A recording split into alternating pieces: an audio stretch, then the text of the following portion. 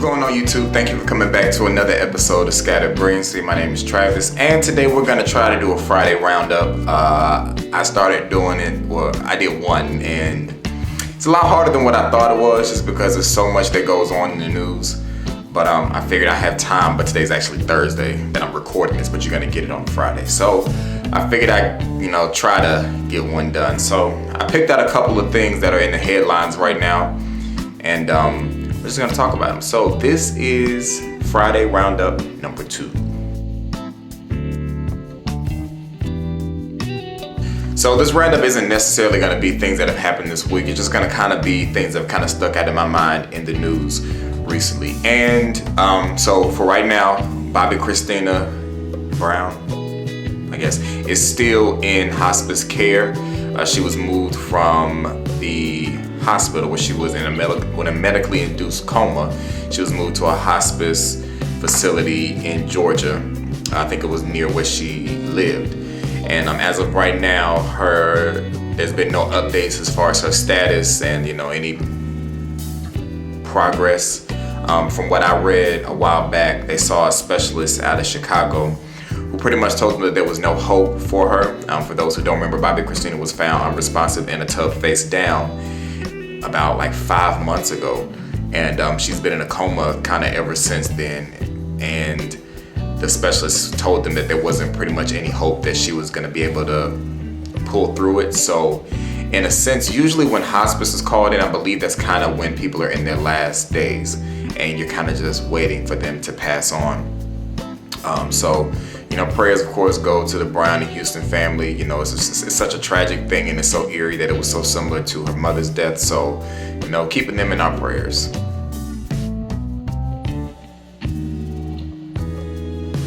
And also more people to keep in our prayers. As of today, there was a gunman who shot up I guess it was a Marine base in Chattanooga, Tennessee. Unfortunately, 3 people were wounded, 4 people were killed, and the gunman was killed as well, which makes a total of 5 people who passed away today. So prayers go to the families and the friends affected by another senseless tragedy. As of right now, they haven't released the gunman's name. So no clue who he is, or the victims, or the ones who were wounded. But again, it's just another sad situation. Like I said in the Charleston video, there's just so much hate in the world, and there's just so many people who are angry, and they don't know what to do about that anger. And the only thing that they know to do is to cause terror, kill people. It's sad. It's sad. So prayers to them as well. And that's another reason why I didn't do another Friday roundup right after the last one, is because the news is so freaking sad, and everything that you see on the news is not necessarily good news. So I kind of felt like I don't even really want to be the one to deliver, bad news all over again. So I don't know if I can figure out a way for y'all to give me some more positive topics to talk about, and the more I think about it, I don't know if this whole Friday roundup thing is something that I'll keep up with. Just because I, for one, don't want to talk about gossip, because I don't really gossip, and I don't want to talk about necessarily celebrity stuff that's going on. And then again, there's not a lot of positive things. We got to search for the positive things going on. So we'll see. So enjoy this while you got it.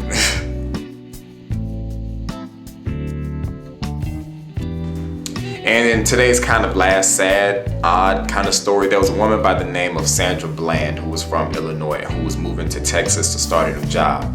And Sandra was starting her new job at her alma mater at Prairie View down in Texas. And she drove down there, and she was either on the campus or near the campus when she was pulled over. And she was arrested.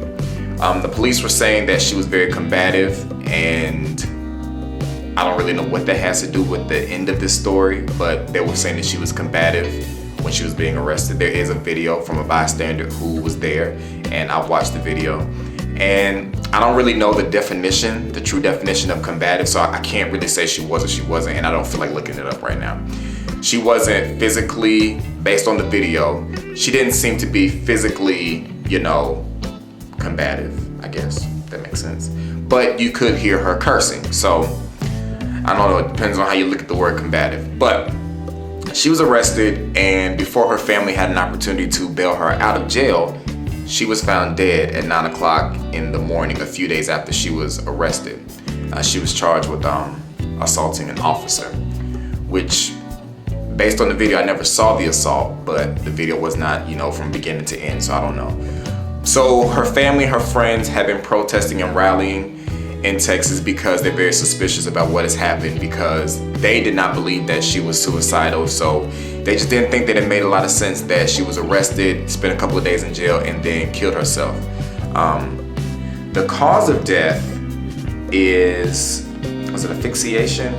Self-inflicted asphyxiation, which I think means she strangled herself or hung herself. Maybe, correct me if I'm wrong, but I believe that's what that means. That's what they're saying is the cause of death.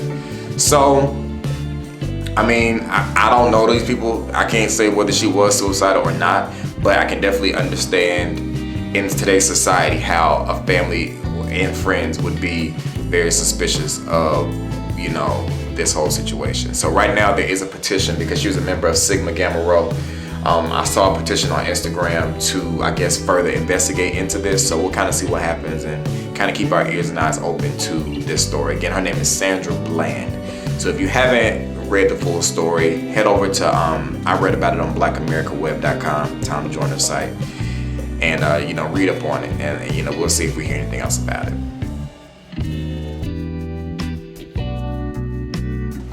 TLC has officially canceled 19 Kids and Counting after one of the sons, Josh Duggar, it came out that he had been touching on his little sisters. So they finally decided to cancel the show. They pulled the episodes off air right after these allegations had surfaced, because apparently the family, or at least the parents, had known about this for about a year, and were seeking counseling and trying to get him help and everything like that. And then I don't remember how it came out, and I really don't care.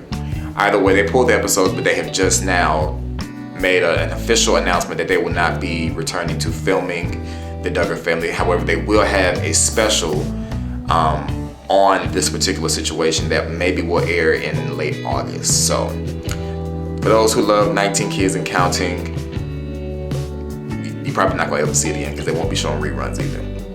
And as far as that show is concerned, that's a lot of damn kids. 19? Dang.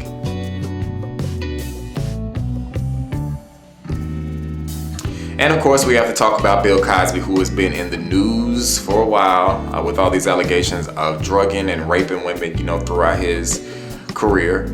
Overall, it's a really, really sad situation, just because to be that age and to have what you were doing in the dark allegedly come to the light, it's just going to be a huge blemish over his not necessarily spotless career, but just pristine career. Like so many people looked up to him and everything that he accomplished and everything that he's done, and so now for all of this to happen, it's unfortunate. But really, what happens in the dark always comes to the light. So if nothing else, like I said in that learning moment video that I did back in December, you should keep that in mind. The things that you do in the dark will eventually come to the light.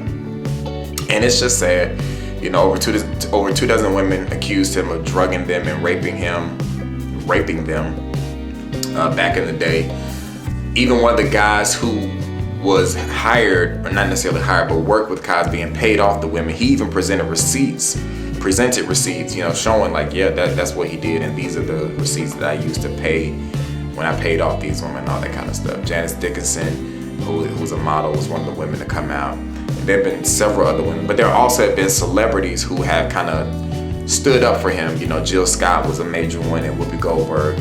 But Jill Scott has come back and kind of said, damn, I was kind of wrong. So, and Whoopi Goldberg has not necessarily retracted her support for him, but it's not as loud as it once was, now, because the turning point in all of this is the 2005 unsealed documents where Cosby admitted to purchasing, I believe, the drugs. I don't think he admitted necessarily to drugging the women, but he admitted to obtaining the pills that these women were saying was being used. So it's all coincidental, but I can't say whether he did or didn't, but of course it doesn't look good. And if I had to make a call on it, I'd probably say he did do some inappropriate things with some women.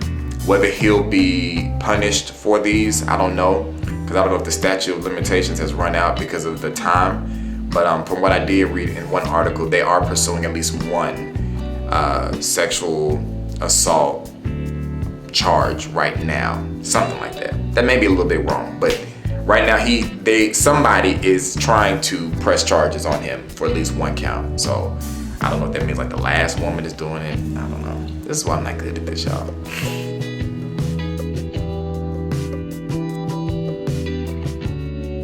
Caitlyn Jenner won an ESPY for courage.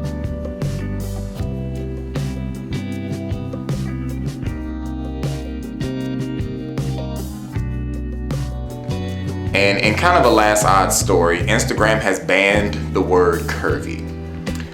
Instagram has been known to ban certain words because of the photos people are posting that are associated with these words, i.e. Eggplant Friday, which I'm sure all of you nasty ladies out there remember what that was.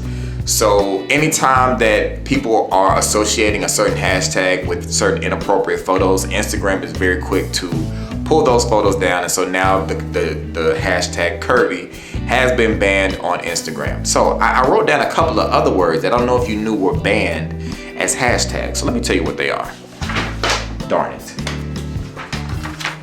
All right, so sexy. The hashtag sexy has been banned. iPhone was banned. I don't know if it's back. Underwear is banned. Photography is banned. Breasts is banned. I guess that's kind of, that ain't too surprising. Bitches is banned. Thigh gap is banned only because of the issues with weight that it's a woman thing. I don't understand thigh gap. I don't get like that, why that's been an aspiration for people to have, but that word was banned, as well as the term lose weight was banned. And weed has been banned too. What other words do you know of that are banned on Instagram? Let me know. That's all I got for y'all. That's all I got. I probably won't do this again anytime soon unless something big happens in the news. Excuse me. I could talk about Amanda. I don't know how to say her name from Hunger Games. I want to say Amanda, but there's an L in there. It's like Amanda Steinberg, who she commented on Kylie Jenner's photo of her with cornrows talking about cultural appropriation. And cultural appropriation is a huge topic. That's a video in itself. And if you don't know what cultural appropriation is, you need to go find her video because she explains it with such ease and grace. And it is a thing. And I will leave it at that. Cultural appropriation is a thing.